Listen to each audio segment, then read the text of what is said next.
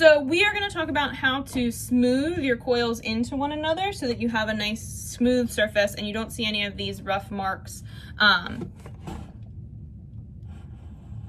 So you don't see any of these rough marks around the edges, right? Can you guys see? Yeah, okay. So the first step that you have to do is you have to smooth the coils into one another. So I'm going to set my fork and my spoon and my gift card off to the side, and I'm going to start with the tongue depressor. And the tongue depressor is going to act as the initial smooth or the initial like combination of your coils, and then the other tools will be used to actually finish the smoothing process.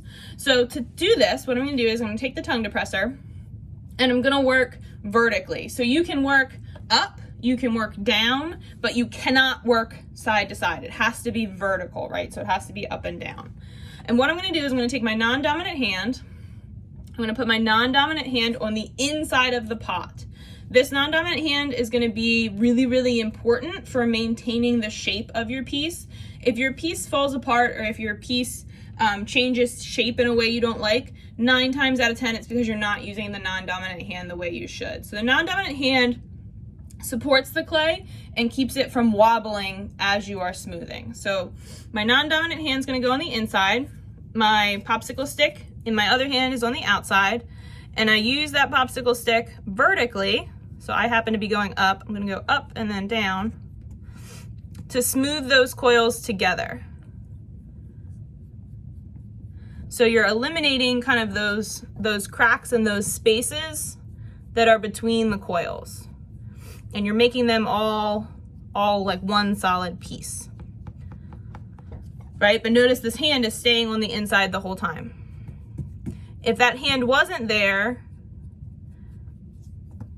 there would be nothing supporting my clay and it would cave in on itself. So that hand has to be on the inside, right? What questions do you have about what I've said so far?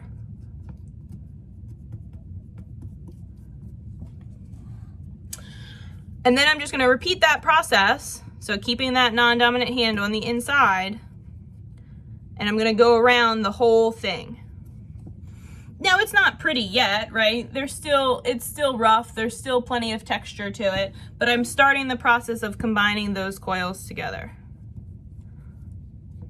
right? We're going to cooking show it a little bit, and we're going to pretend like I did the whole thing, right? So I went around, I did my whole entire thing. I'm not going to make you watch me do that, right?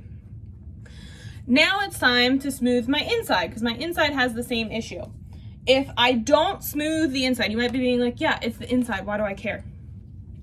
What will happen is where that coil meets the other coil, there's like a little bit of space where air can get in. So if you smooth the outside but you don't smooth the inside, you're more susceptible to cracking. I'm not saying 100% you're definitely going to crack, but you're more susceptible to it. So for the longevity of your piece, it is safer to smooth the inside and the outside. Basically, whatever you do to the outside is what you got to do to the inside, right?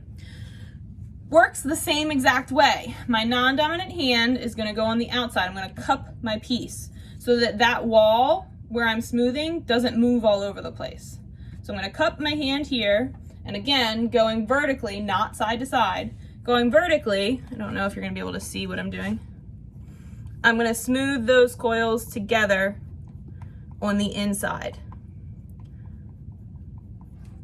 Nothing's really different except that that non-dominant hand is now on the outside instead of the inside. I really can't stress the importance of that non-dominant hand enough. It's what keeps it all together.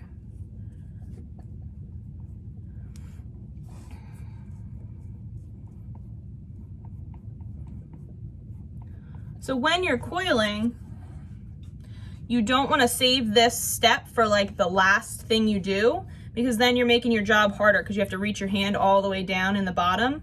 You want to do this like as you're working, probably about every 3 or 5 coils. And I'll pick this up and I'll show you in a second. So you can see I've started to smooth just the way I smoothed here. I've started to smooth on the inside as well. So just as I smoothed here, started to smooth that inside as well. So far, does that part make sense? What questions do you have about just the initial smoothing of combining the coils? That makes sense. Okay, cool. So then let's talk about the final smooth. So this combines the coils, but it still looks pretty rough, right? So your final smooth, to make it look real nice and smooth, like my example I showed, is a lot like our pinch pots. You're gonna take your fork and you're gonna rough up the surface, and you're gonna do it in all different directions. This should seem familiar because we did this with the pinch pots, right? So I'm taking my fork